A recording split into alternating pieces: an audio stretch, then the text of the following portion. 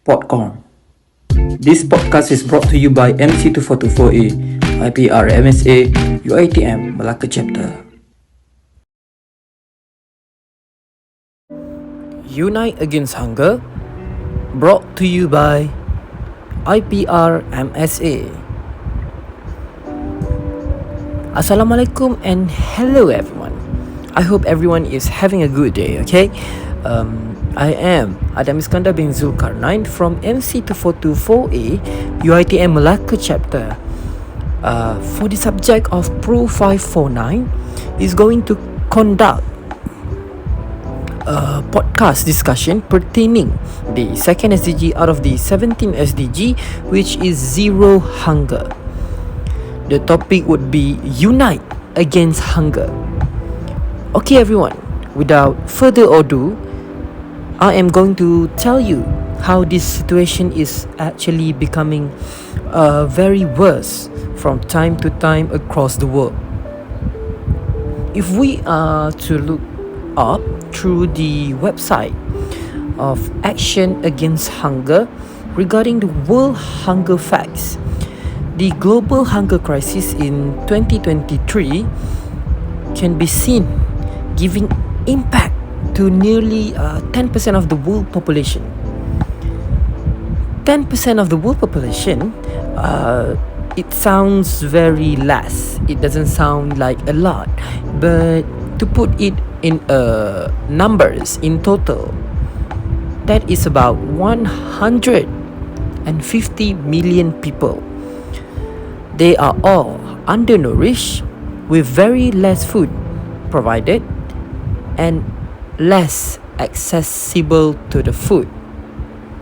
For the children itself, out of the 150 million people, there are 14 million children suffer the undeserving life. They deserve better food to help with their growth, to continue growing, to be a better person in the future, like the others privileged people around the world. And sadly, nearly 45% from the 14 million children died due to the hunger issues. Now, we kept on talking about hunger, but the way we understand it, but the way we perceive it is subjective, as people understood them differently. But hunger definition, according to the United Nations, means when group of people experience a very severe, a very critical food insecurity, they go days without eating. I don't think we can do that. None of us.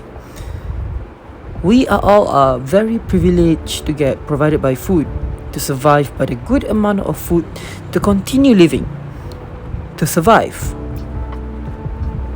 These people who experience hunger could be led by many factors, such as lack of resources, so they can't do farming, they can't get food, and there are also lack of money to buy foods, especially in a poor country. And now let's move on to the next part of this podcast on why, the reasons to end the hunger. Ending hunger is very very important to many aspects, especially in the aspect of economics, health, education, equality, and social development.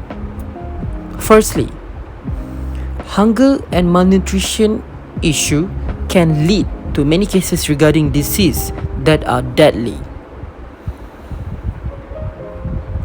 Because if we are to be real,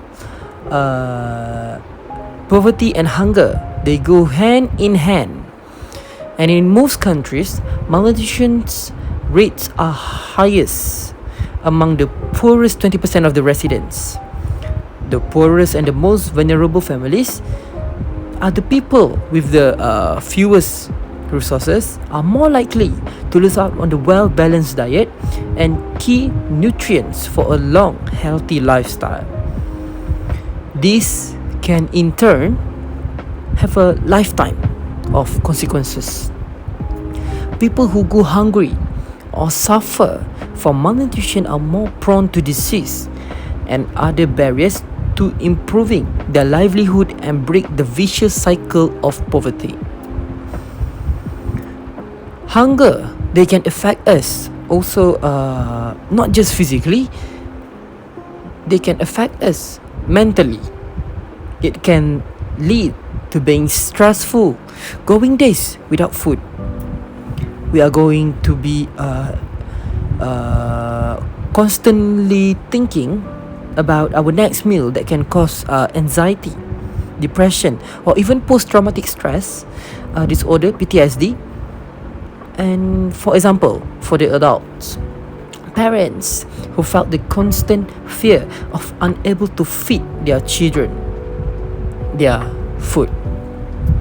In addition, hunger can increase the risk of getting chronic diseases such as high blood pressure, heart disease, diabetes, and gastric disease.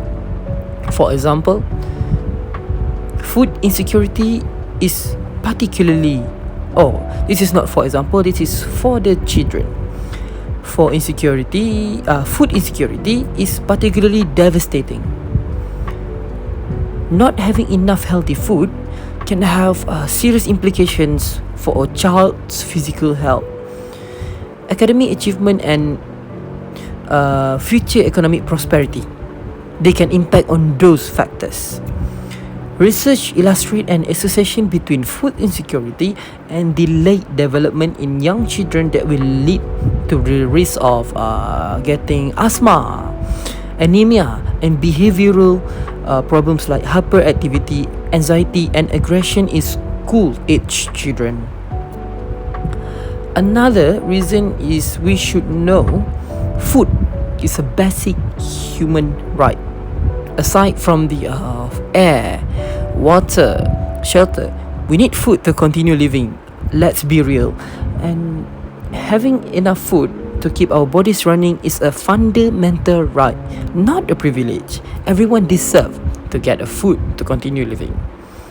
A well-balanced diet provides us all the energy we need to keep active throughout the day, nutrients we need for our growth, and also it repairs our and repair that will help us to stay strong and healthy, and as well as help to prevent diet related illness such as cancers. We all do not want to experience cancer in our lifetime. Cancer is very fatal, it can be very deadly. It has taken so many lives from the people surrounding us. Cancer is just a bad thing that can happen to us. We need to prevent cancers from happening to any of us. Also, food give our bodies the information and material they need to function properly. It can help in terms of productivity, also to escalate economic growth, healthcare system, and educational system. Next reason is that ending hunger would have a knock-on effect for other health issues. As we have seen, maybe in famine situations, many fatalities associated with hungers aren't due to the hunger itself. Hunger and malnutrition weaken our immune system, leaving people, especially the children, the elderly, are very vulnerable to other common disease, especially waterborne illnesses. This includes such disease such as malaria, cholera, and diarrhea. Hunger also has a disproportionate effect on maternal health. Eliminating hunger will allow public health systems, especially in countries with fewer resources, to fully address other issues, while also reducing the impact of some of the most common illnesses that can turn fatal. And now let's jump to the solution to the hunger issue. First, embrace climate smart agriculture. Climate change and hunger exist in a vicious cycle. More frequent and longer lasting periods of extreme temperatures, flood events, and dry spells that leave many families, especially who work in agriculture, unable to put the food on their table. Climate smart agriculture, CSA, is a broad term that encompasses a number of practices, but all of this allow farmers to adapt and become more resilient against an unpredictable climate. These practices include diversifying crop varieties, conservation agriculture, and low water set gardens. Time and again, we have seen families benefit both nutritionally and financially from these solutions. Second, respond to the refugee crisis. Forced migration is a key of hunger, and we are currently in the middle of an unprecedented global refugee crisis.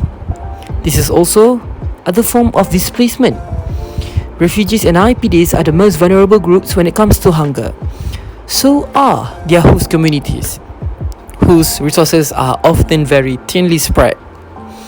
Most of the work to stop conflict needs to take place on a government and policy level. But one way concern can help is through programs that facilitate new ways to generate income. For example, Syrian refugee women and their Lebanese neighbors have learned to make staples like cheese and yogurt, as well as to sell them at the market for a profit. For those who wish to return home to Syria, this will also be an essential skill to have when the country eventually rebuilds in its infrastructure. Third, reduce food waste. Currently, I think we can take example during the month of Ramadan. During the month of Ramadan, we can see that there were so many food waste happen because people, when they went to the bazaar Ramadan nearby their houses, they tend to stop at every single stall that sells good food. And when they buy many foods, they do not have the capability to finish the foods, and they leave it on the table and ended up in the dustbin. They are unable to finish the food. They bought more than they should have. So to put it in an example, currently 1/3 of all the food produced is wasted. That's over 1.3 billion tons of food. Producing this wasted food also wastes other natural resources. It requires an amount of water equal to the annual flow of Russia's Volga River and creates 3.3 billion tons of greenhouse gases. Ending food waste would be a radical shift, but it's one of that you can be part of by simply reducing by your own food waste. It is especially important in countries like United States, which contribute more to climate change but feel the effect less than more vulnerable countries. United States to take these steps towards climate justice. You can also ask your representative to commit to policies that reduce waste and better the whole food system. In conclusion, we have actually reached the conclusion of the podcast about unite against hunger. Okay, ending hunger is a must. We need to eradicate hunger for the better future for us, humanity, to let our legacy to continue living and pass on to our next generation. Food is important. Keeps on appreciate food while it lasts, while we are still accessible to it while it lasts, and we should also never skip meals. That's all from me, guys. Thank you and have a nice day.